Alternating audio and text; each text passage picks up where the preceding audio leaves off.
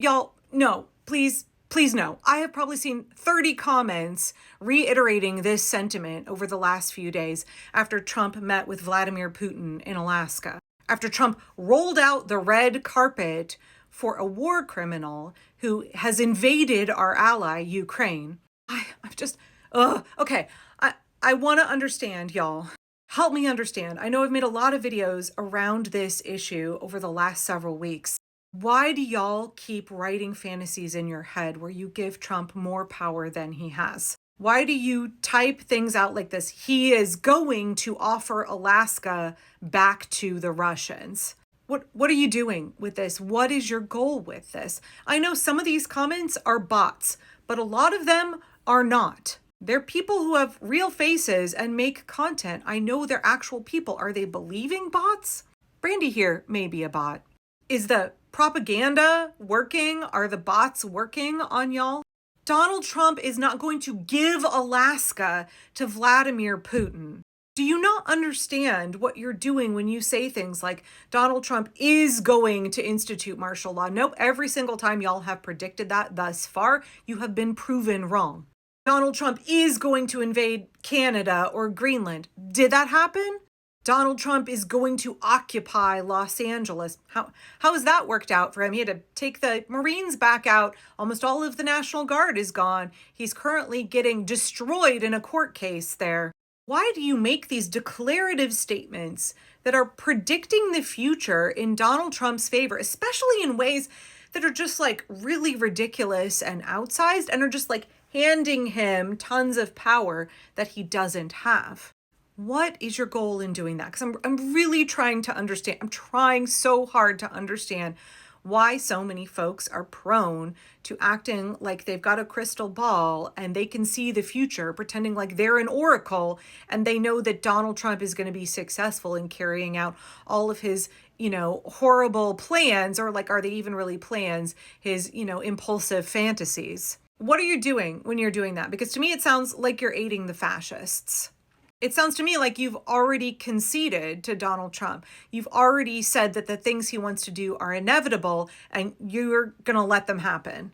You're predicting a future that is the worst possible outcome, that is an outcome where the pro-democracy movement loses and Donald Trump becomes a godlike Caesar.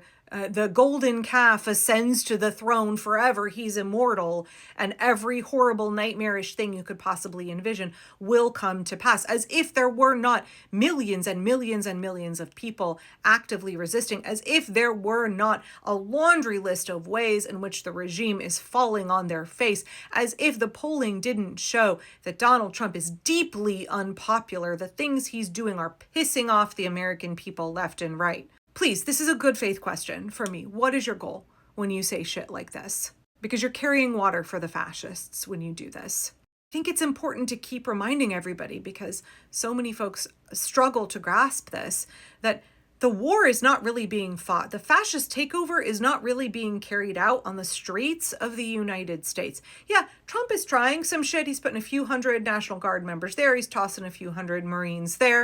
The real front line of the fascist takeover of the United States is in your head. It's a psychological game. If the bots and their propaganda were not effective, why are they being so heavily utilized across social media? The number one tool of the fascists is propaganda, getting you to falsely believe that they can do whatever they want. They are all powerful and you cannot stop them. Rule number one in On Tyranny by Timothy Snyder is do not obey in advance. Much of the power of authoritarians is freely given. You want to know a big reason that the mustache man was able to come into power in 1930s Germany? It's because the opposition couldn't get their shit together to be a united force against him. They minimized the harm that he was capable of doing and then also sat on their hands and didn't stand up against it because they believed the propaganda that he was inevitable and that if they stood up, they would be crushed. That is a false narrative. Fascists work their ass off to get you to obey in advance, to get you to lay down and let them walk all over you. because they know if you stand up, they cannot win.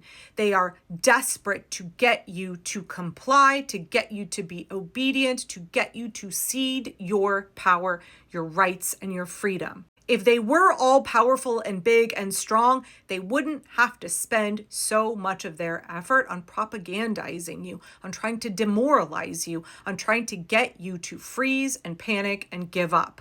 Crafting a fiction in your head where you have already written the future as belonging to Donald Trump, making declarative statements that frame him as all-powerful and hand him the future of the United States, hand him ridiculous quantities of power, like he's just going to give Alaska over to Russia and we'll all just let him. That is a peak example of obeying in advance. In your head, you have already handed him a victory. You've already folded like a chair. In your head, you've decided not only is he going to be successful in every terrible thing he wants to carry out, despite the fact that he's a big loser and that he's failing in so many ways, but beyond that, you've already manufactured scenarios. You've fantasized about scenarios where he does terrible things that he's never even said he's interested in.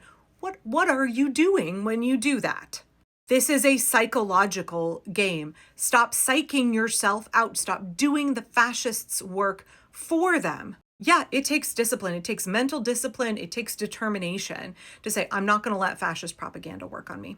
No, I am not interested in absorbing their messages, normalizing their behavior. I am not going to have them steal my hope from me. I am not going to let their head games work on me. Yeah, that takes a concerted effort. Stopping fascism takes a shit ton of work.